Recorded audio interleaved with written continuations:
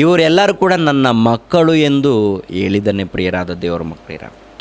ಎಲ್ಲಿರುತ್ತೆ ಆ ಮಾತಂತೂ ನೋಡುವಾಗ ಒಂದು ಸಾರಿ ಕೀರ್ತನೆ ಗ್ರಂಥ 82:6ನೇ ವಚನ, ನೀವು ದೇವರುಗಳು ಎಲ್ಲರೂ ಪರಸ್ಪರನ ಮಕ್ಕಳು. ನೋಡಿದ್ರ, ನಾನು ಹೇಳಿದೆನು ಅಂದರೆ ನೀವೆಲ್ಲರೂ ಭೂಮಿ ಮೇಲೆ ಹುಟ್ಟಿರುವಂಥ ಮಾನವರೆಲ್ಲರನ್ನು ಕುರಿತು ದೇವರು ಹೇಳುವಂಥ ಮಾತೇನು ಪ್ರಿಯರೇ?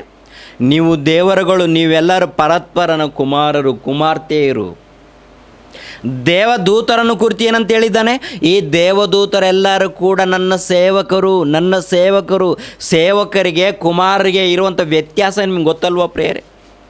ಎಷ್ಟೋ ಮಂದಿ ಕೆಲ್ಸಕ್ಕೆ ಹೋಗ್ತೀರಾ, ಏನೇನೋ ನಿಮ್ಮ ಕೆಲ್ಸಕ್ಕೆ ಹೋಗ್ತೀರಂತೀರಾ, ಫ್ಯಾಕ್ಟ್ರಿಯಲ್ಲಿ ಕೆಲಸ ಮಾಡೋದಕ್ಕೆ ಹೋಗ್ತೀರಾ, ಮನೆಯಲ್ಲಿ ಕೆಲಸ ಮಾಡೋದಕ್ಕೆ ಹೋಗ್ತೀರಾ, ದೊಡ್ಡ ದೊಡ್ಡ ಕಂಪ್ನಿಗಳಲ್ಲಿ ಕೆಲಸ ಮಾಡೋದಕ್ಕೆ ಹೋಗ್ತೀರಾ. ಆ ಒಂದು ಕಂಪ್ನಿಗೆ ಓನರ್ ಇರ್ತಾನೆ, ಓನರ್ ಮಕ್ಕಳಿರ್ತಾರೆ. ಮಕ್ಕಳಿಗೂ ಆ ಒಂದು ಕಂಪ್ನಿಯಲ್ಲಿ ಕೆಲಸ ಮಾಡುವಂಥ ಸೇವಕರಿಗೂ ಇರುವಂಥ ವ್ಯತ್ಯಾಸ ಇದೆ ಅಂತೀರಾ ಇಲ್ವಂತೀರಾ?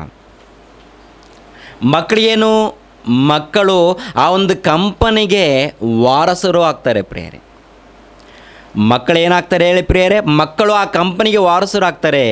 ಸೇವಕರು ಕೆಲಸ ಮಾಡಿ ಆ ಕೆಲಸವನ್ನು ಮುಗಿಸ್ಕೊಂಡು ಸಂಬಳ ತಗೊಂಡು ತಮ್ಮ ಮನೆಗೆ ಹೋಗಬೇಕು. ಅದೇ ಪ್ರಕಾರ ಭೂಮಿ ಮೇಲೆ ಹುಟ್ಟಿರುವಂಥ ಮಾನವರೆಲ್ಲರೂ ಕೂಡ ತಂದೆಯಾಗಿರುವಂಥ ಆ ದೇವರಿಗೆ ಮಕ್ಕಳು. ಯೇಸು ಕ್ರಿಸ್ತನು ದೇವರಿಗೆ ಮಗನು, ಪವಿತ್ರಾತ್ಮ ದೇವರು ದೇವರಿಗೆ ಮಗನು ಏನ್ರಿ?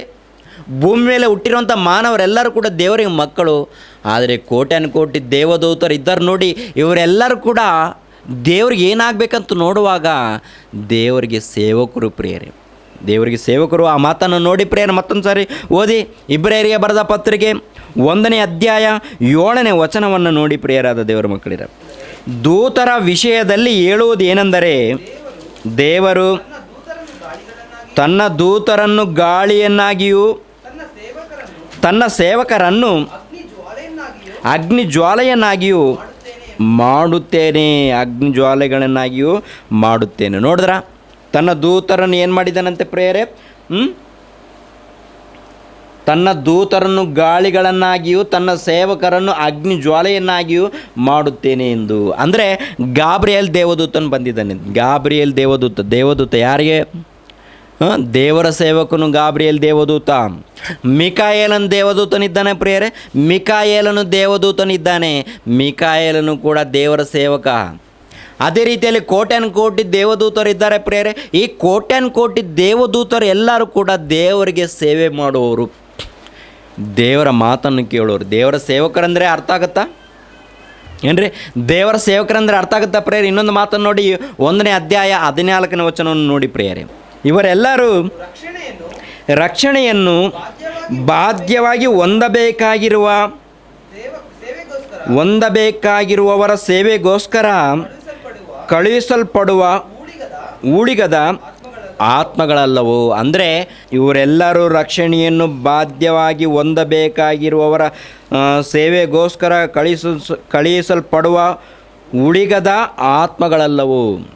ಅಂದರೆ ಇವರೆಲ್ಲರೂ ಕೂಡ ಆ ತಂದೆ ಆಗಿರುವಂಥ ದೇವರ ಮಕ್ಕಳಿಗೆ ಸೇವೆ ಮಾಡೋದಕ್ಕೆ ಕಳಿಸಲ್ಪಟ್ಟಿದ್ದಾರಂತೆ ಪ್ರಿಯರೇ. ಕೋಟ್ಯಾನುಕೋಟಿ ದೇವದೂತರು ಯಾವ ರೀತಿ ಸೇವೆ ಮಾಡ್ತಾ ಇದ್ದಾರೆ ಅವರೆಲ್ಲರೂ ಕೂಡ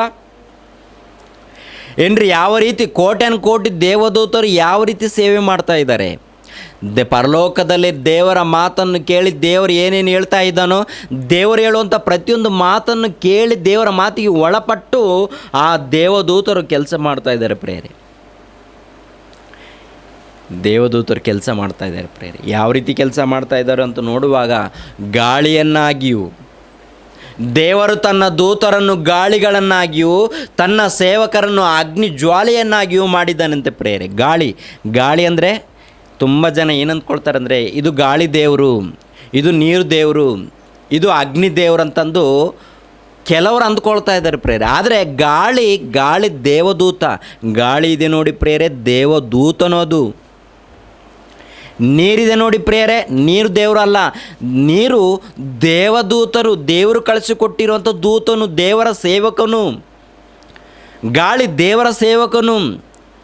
ಬೆಂಕಿ, ಅಂತರಿಕ್ಷದಲ್ಲಿ ಸೂರ್ಯನು ಉರಿತಾ ಇದ್ದಾನೆ, ದೇವರ ಸೇವಕನು.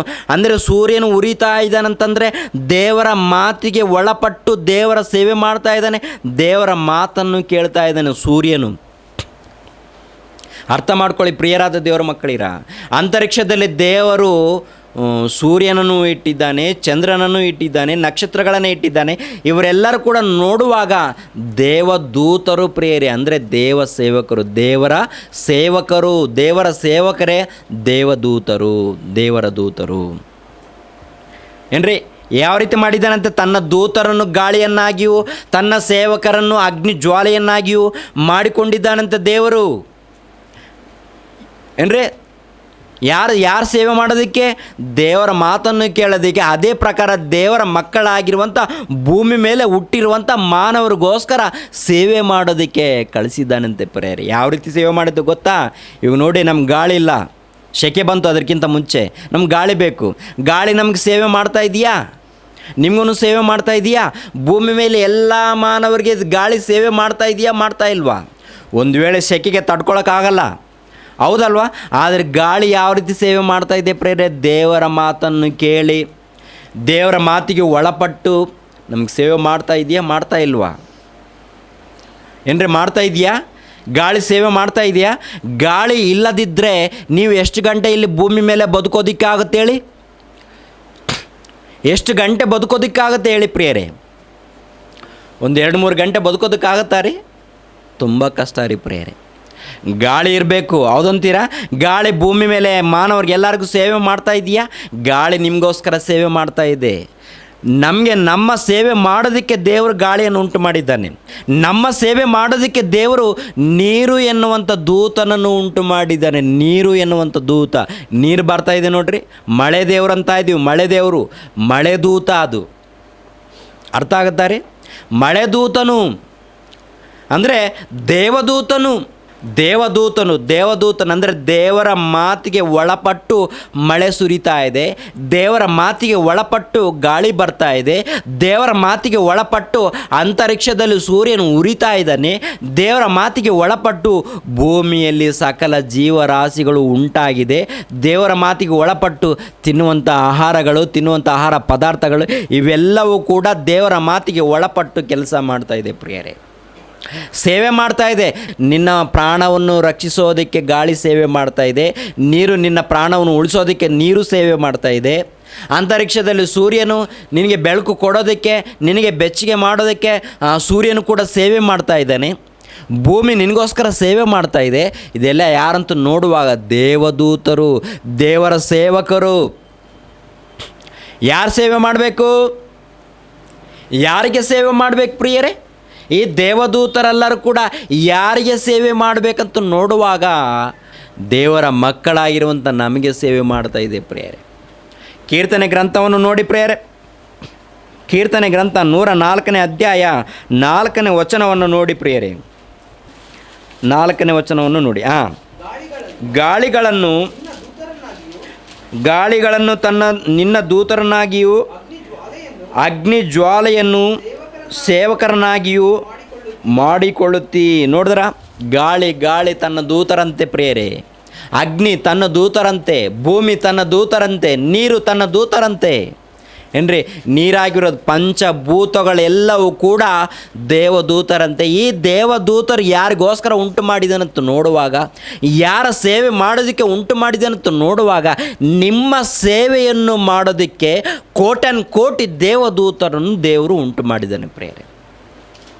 ನಿಮ್ಮ ಸೇವೆಯನ್ನು ಮಾಡೋದಕ್ಕೆ ನಿಮ್ಗೆ ನೀರು ಬೇಕು, ಅದಕ್ಕೆ ದೇವರು ತನ್ನ ದೂತರನ್ನು ಉಂಟು ಮಾಡಿ ನೀರು ದೇವದೂತರನ್ನು ಕೊಟ್ಟಿದ್ದಾನೆ. ನಿಮಗೆ ಆಹಾರ ಬೇಕು, ಅದಕ್ಕೆ ದೇವರು ಆಹಾರವನ್ನು ಉಂಟು ಮಾಡಿದ್ದಾನೆ ಪ್ರೇರೆ. ಯಾರ ಮುಖಾಂತರ ಗೊತ್ತಾ? ದೇವದೂತರು ತನ್ನ ಸೇವಕರು, ತಮ್ಮ ಸೇವಕರಾಗಿರುವಂಥ ದೇವದೂತರನ್ನು ನಮಗೋಸ್ಕರ ನೀರನ್ನಾಗಿಯೂ ಕೊಟ್ಟಿದ್ದಾನೆ, ಗಾಳಿಯನ್ನಾಗಿ ಕೊಟ್ಟಿದ್ದಾನೆ, ಬೆಂಕಿಯಾಗಿ ಕೊಟ್ಟಿದ್ದಾನೆ. ಎಲ್ಲ ಬೇಕಾ ನಿಮಗೆ? ಬೆಂಕಿ ಬೇಕಾ? ಬೆಂಕಿ ಬೇಕಂದರೆ ಬೆಂಕಿ ಇದೆ, ನೀರು ಬೇಕಂದರೆ ನೀರಿದೆ, ಗಾಳಿ ಬೇಕಂದರೆ ಗಾಳಿ ಇದೆ. ತಿನ್ನುವುದಕ್ಕೆ ಆಹಾರ ಪದಾರ್ಥಗಳು. ಕೋಳಿ ಮಾಂಸ ಬೇಕು, ಭಾನುವಾರ ಬಂತು ಅಂದರೆ ಕೋಳಿ ಮಾಂಸ, ಮೀನದ ಮಾಂಸ, ಇನ್ನೇನ್ರಿ ಮಟನು, ಕುರಿ ಮಾಂಸ. ಎಷ್ಟು ಜೀವಿಗಳು ಮನುಷ್ಯರಿಗೋಸ್ಕರ ಬಲಿ ಆಗ್ತಾ ಇದೆ. ಒಂದು ಸಾರಿ ಯೋಚನೆ ಮಾಡಿ. ಅದರಲ್ಲಿರುವಂಥ ಪ್ರಾಣ ಯಾರ್ದಂತೂ ನೋಡುವಾಗ ದೇವದೂತರ ಪ್ರಾಣಗಳವು, ದೇವದೂತರ ಆತ್ಮಗಳು. ಒಂದು ಕೋಳಿ ಎನ್ನುವಂಥ ದೇವದೂತ ನಿನಗೋಸ್ಕರ ಬಲಿ ಆಗ್ತಾ ಇದ್ದಾನೆ.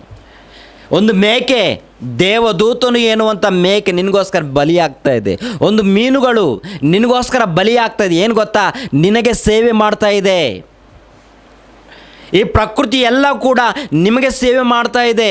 ದೇವರು ಪ್ರಕೃತಿಯನ್ನು ಉಂಟು ಮಾಡಿದ್ದಾನೆ ಯಾಕೆಂತ ನೋಡುವಾಗ ನಿಮಗೆ ಸೇವೆ ಮಾಡೋದಕ್ಕೆ ದೇವರು ಪಂಚಭೂತಗಳನ್ನು ಉಂಟು ಮಾಡಿದ್ದಾನೆ ಪ್ರೇರೆ. ಇವೆಲ್ಲ ನೋಡುವಾಗ ದೇವದೂತರ ಆತ್ಮಗಳು, ದೇವದೂತರ ಆತ್ಮಗಳು. ಅದರಲ್ಲಿ ಪ್ರಾಣ ಇದೆ, ಅದರಲ್ಲಿ ಜೀವ ಇದೆ, ಅದರಲ್ಲಿ ಆತ್ಮ ಇದೆ. ಗೊತ್ತಾ ಪ್ರೇರೆ?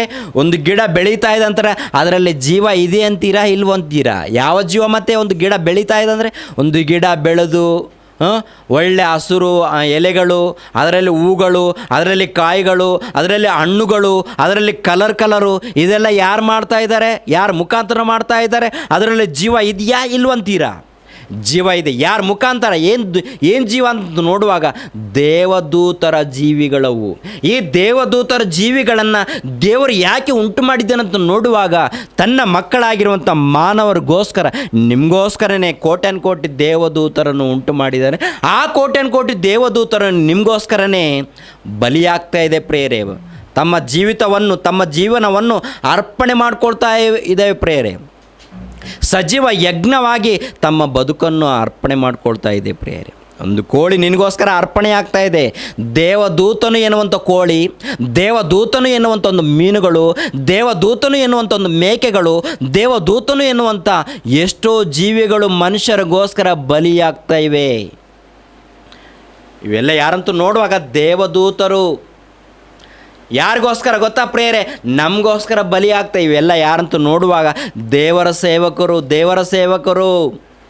ಪ್ರಕೃತಿ ಎಲ್ಲ ಕೂಡ ನೋಡುವಾಗ ಪಂಚಭೂತಗಳು, ಮಣ್ಣು, ಗಾಳಿ, ನೀರು, ಬೆಂಕಿ, ಶೂನ್ಯ, ಇವೆಲ್ಲ ಪಂಚಭೂತಗಳು ದೇವದೂತರ ಸಂಬಂಧಪಟ್ಟಿರುವಂಥ ಆತ್ಮಗಳು. ಅರ್ಥ ಆಗುತ್ತಾ? ದೇವದೂತರ ಬಗ್ಗೆ ತಿಳ್ಕೊಳ್ಳೋದು ಹೋದರೆ ನೀವು ಮೋಸ ಹೋಗ್ತೀರಾ. ದೇವದೂತರ ಬಗ್ಗೆ ನಮ್ಗೆ ಯಾಕ್ರಿ ಹೇಳ್ತೀರಂತೀರಾ? ದೇವದೂತರ ಮುಖಾಂತರ ನಿಮ್ಗೆ ಎಷ್ಟು ಸೇವೆ ಆಗ್ತಾ ಇದೆಯೋ ನಿಮ್ಗೆ ಗೊತ್ತಾಗಬೇಕು. ಆ ದೇವದೂತರು ಎಷ್ಟು ಸೇವೆ ಮಾಡ್ತಾ ಇದೆಯೋ ನಿಮ್ಗೆ ಗೊತ್ತಾಗಬೇಕು. ಯಾಕಂದರೆ ನಿಮ್ಗೆ ಗೊತ್ತಾಗದು ಹೋದರೆ ನೀವು ದೇವರ ಬಗ್ಗೆ ನಿಮ್ಗೆ ಏನೂ ಆಲೋಚನೆ ಬರಲ್ಲ.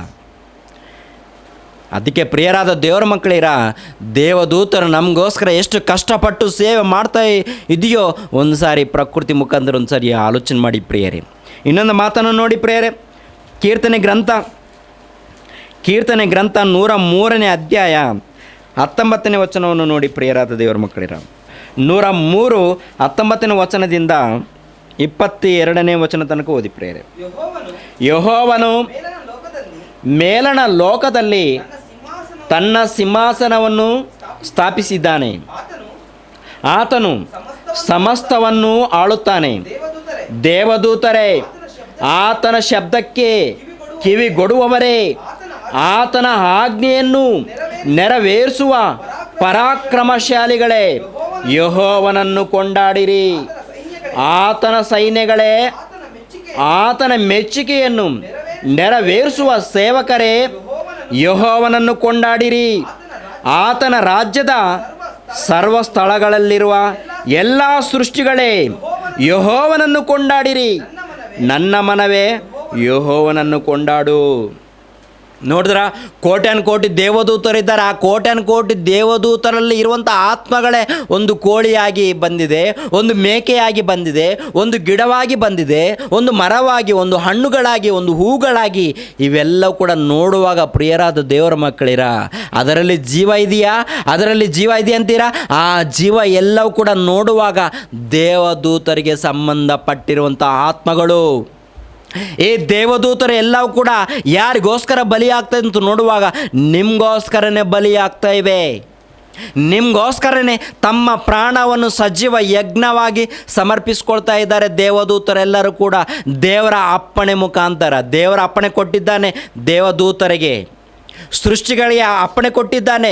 ದೇವರು ತನ್ನ ದೂತರಿಗೆ ಅಪ್ಪಣೆ ಕೊಟ್ಟಿದ್ದಾನೆ, ನನ್ನ ಮಕ್ಕಳಿಗೋಸ್ಕರ ನೀವೆಲ್ಲರೂ ಕೂಡ ಬಲಿಯಾಗಬೇಕು, ನನ್ನ ಮಕ್ಕಳಿಗೆ ನೀವೆಲ್ಲರೂ ಸೇವೆ ಮಾಡಬೇಕು, ನನ್ನ ಮಕ್ಕಳಿಗೆ ನೀವೆಲ್ಲರೂ ಕೂಡ ಕೆಲಸ ಮಾಡಿ ನನ್ನ ಮಕ್ಕಳಿಗೆ ಆಹಾರವನ್ನು ತೀರಿಸಬೇಕು, ಹಸಿವೆಯನ್ನು ತೀರಿಸಬೇಕು.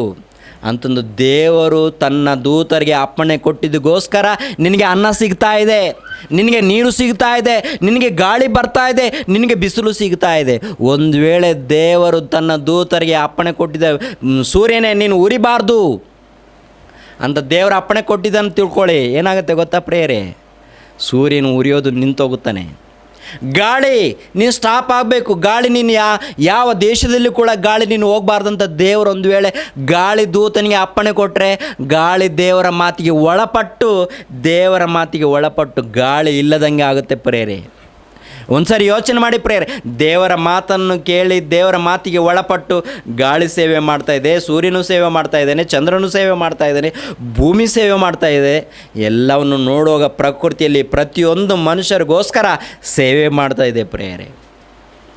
ದೇವದೂತರಿಗೆ ಸಂಬಂಧಪಟ್ಟಿರುವಂಥ ಆತ್ಮಗಳು, ದೇವರ ಸೇವಕರು, ಇವರೆಲ್ಲರೂ ಕೂಡ ದೇವರ ಮಾತಿಗೆ ಒಳಪಟ್ಟು ನಿಮ್ಮ ಸೇವೆಯನ್ನು ಮಾಡ್ತಾ ಇವೆ, ರಾತ್ರಿ ಹಗಲು ನಿಮ್ಮನ್ನು ಕಾಯೋದಕ್ಕೆ. ಒಂದು ಸರಿ ಯೋಚನೆ ಮಾಡಿ ಪ್ರಿಯರಾದ ದೇವರ ಮಕ್ಕಳಿಗೆ. ಇನ್ನೊಂದು ಮಾತನ್ನು ನೋಡಿ ಪ್ರಿಯರೇ, ಕೀರ್ತನೆ ಗ್ರಂಥ 148ನೇ ಕೀರ್ತನೆ ಏನ್ರಿ, 148ನೇ ಕೀರ್ತನೆ 1ನೇ ವಚನದಿಂದ ಓದಿ ಪ್ರಿಯರಾದ ದೇವರ ಮಕ್ಕಳಿರ.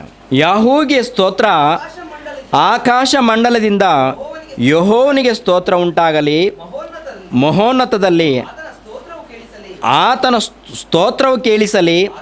ಆತನ ಎಲ್ಲ ದೂತರೇ ಆತನನ್ನು ಸ್ತುತಿಸಿರಿ, ಆತನ ಎಲ್ಲ ಸೈನ್ಯಗಳೇ ಆತನನ್ನು ಸ್ತುತಿಸಿರಿ. ಸೂರ್ಯ ಚಂದ್ರರೇ ಆತನನ್ನು ಸ್ತುತಿಸಿರಿ, ಹೊಳೆಯುವ ಎಲ್ಲ ನಕ್ಷತ್ರಗಳೇ ಆತನನ್ನು ಸ್ತುತಿಸಿರಿ. ಉನ್ನತವಾದ ಆಕಾಶವೇ, ಅದರ ಮೇಲಿರುವ ಜಲರಾಶಿಗಳೇ ಆತನನ್ನು ಸ್ತುತಿಸಿರಿ. ಅವು ಯೆಹೋವನ ನಾಮವನ್ನು ಸ್ತುತಿಸಲಿ. ಆತನು ಅಪ್ಪಣೆ ಕೊಡಲು ಅವು ಉಂಟಾದವು. ನೋಡಿದ್ರ ಪ್ರಿಯರೇ, ಆತನು ಅಪ್ಪಣೆ ಕೊಡಲು ಆಕಾಶದಲ್ಲಿ ನಕ್ಷತ್ರಗಳಾಗಿರ್ಬೋದು, ಆಕಾಶದ ಮೇಲೆ ಜಲರಾಶಿಯಾಗಿರ್ಬೋದು, ಇವೆಲ್ಲವೂ ಕೂಡ ದೇವರ ಅಪ್ಪಣೆ ಕೊಡಲು ಉಂಟಾಗಿದೆ ಅಂತೆ ಪ್ರಿಯರೇ. ದೇವರ ಅಪ್ಪಣೆ ಕೊಡಲು ಉಂಟಾಗಿದೆ ಅಂತೆ. ಯಾರಿಗೋಸ್ಕರ ಅಂತ ನೋಡುವಾಗ ನಿಮಗೋಸ್ಕರನೇ. ಯಾವತ್ತಾದರೂ ಆಲೋಚನೆ ಮಾಡಿದ್ದೀರಾ ಏನ್ರಿ? ಯಾವತ್ತಾದರೂ ಆಲೋಚನೆ ಮಾಡಿದ್ದೀರಾ? ಒಂದು ಕೋಳಿ ಏನ್ರಿ, ಒಂದು ಕೋಳಿ ಕೊಯ್ದುಕೊಂಡು ಗಬ ತೊಳ್ಕೊಂಡು ಊಟ ಮಾಡೋದು ಮಾತ್ರ ಗೊತ್ತು. ಆದರೆ ನಿನಗೋಸ್ಕರ ಒಂದು ಪ್ರಾಣ ಬಲಿ ಆಗ್ತಾ ಇದೆ ಎನ್ನುವಂಥದ್ದು ಸಂಗತಿ ಮಾತ್ರ ನಿನಗೆ ಗೊತ್ತಿಲ್ಲ. ಒಟ್ಟಿನಲ್ಲಿ ಹೊಟ್ಟೆ ಮಾತ್ರ ತುಂಬಬೇಕು, ನಾಲಿಕೆಗೆ ರುಚಿ ಇರಬೇಕು ಏನ್ರಿ, ನಾಲಿಕೆಯಲ್ಲಿ ರುಚಿ ಇರಬೇಕು, ಹೊಟ್ಟೆ ತುಂಬಬೇಕು. ಯಾರು ಸತ್ತೋದ್ರೆ ನಮಗೇನು, ಯಾವ ದೇವದೂತರು ಸತ್ತೋದ್ರೆ ನಮಗೇನು, ಹೊಟ್ಟೆಯಲ್ಲಿ ನಮ್ಮ ಹೊಟ್ಟೆ ತುಂಬಿದ್ರೆ ಸಾಕು ಅಂತಂದು ಎಲ್ಲರೂ ತಿಂದು ಕುಡಿದು ಸುಖವಾಗಿ ನಿದ್ದೆ ಮಾಡ್ತಾ ಇದ್ದಾರೆ ಪ್ರಿಯರೇ. ಆದರೆ ಇದೆಲ್ಲ ಲೆಕ್ಕ ಇದೆ ಪ್ರಿಯರೇ, ಇದೆಲ್ಲ ಕೂಡ ಲೆಕ್ಕ ದೇವರಲ್ಲಿ ಲೆಕ್ಕ ಇದೆ. ಎಷ್ಟು ದೇವದೂತರು ನಿನಗೋಸ್ಕರ ಬಲಿಯಾಗಿದ್ದಾರೆ, ಎಷ್ಟು ದೇವದೂತರು ನಿನಗೋಸ್ಕರ ಸೇವೆ ಮಾಡಿದ್ದಾರೆ, ಇವೆಲ್ಲವೂ ಕೂಡ ದೇವರು ತನ್ನ ಪುಸ್ತಕದಲ್ಲಿ ಬರ್ಕೊಳ್ತಾ ಇದ್ದಾನೆ. ಎಷ್ಟು ಮಂದಿ ದೇವದೂತನು ಕೊಂದು ತಿಂದಿದೆಯಾ ನೀನು? ಯಾವತ್ತಾದ್ರೂ ಗೊತ್ತಿದೆಯಾ ನಿನಗೆ? ನಿಮಗೇನು ಗೊತ್ತು? ದೇವರನ್ನ ತಪ್ಪಿಡಿಯೋದು ಗೊತ್ತು, ಅನೇಕ ಮಂದಿಗಳನ್ನು ತಪ್ಪಿಡಿಯೋದು ಗೊತ್ತು, ಪಾಪ ಮಾಡೋದು ಗೊತ್ತು, ಹೊಟ್ಟೆ ತುಂಬ ರುಚಿಯಾಗಿ ತಿನ್ನೋದು ಗೊತ್ತು. ಆದರೆ ತಿನ್ನುವಂಥ ಆಹಾರ ಪದಾರ್ಥಗಳು ಯಾರು ಉಂಟು ಮಾಡಿದ್ದಾರೆ, ಆ ಪ್ರಾಣಗಳಲ್ಲಿರುವಂಥದ್ದು ಆತ್ಮಗಳು ಎಲ್ಲಿಂದ ಬಂದಿದೆ, ಯಾರ ಮುಖಾಂತರ ಬಂದಿದೆ ಅನ್ನುವಂಥದ್ದು ಏನಾದರೂ ಗೊತ್ತಿದೆಯಾ? ಹೋಗಲಿ, ಯಾರಾದರೂ ಹೇಳಿದ್ರೆ ಅರ್ಥ ಮಾಡ್ಕೊಳ್ತೀವ? ನಮಗೆ ಹೇಳ್ಬೇಡಿ, ಯಾರಿಗಾದರೂ ಹೇಳ್ರಿ ಅಂತ ಹೇಳ್ತೀರಾ? ನಮ್ಗೆ ತುಂಬ ಬ್ಯುಸಿ ಹೇಳ್ತೀರಾ? ಒಂದು ಸಾರಿ ಯೋಚನೆ ಮಾಡಿ ಪ್ರಿಯರಾದ ದೇವರ ಮಕ್ಕಳಿರ. ದೇವದೂತರು, ದೇವರ ಸೇವಕರು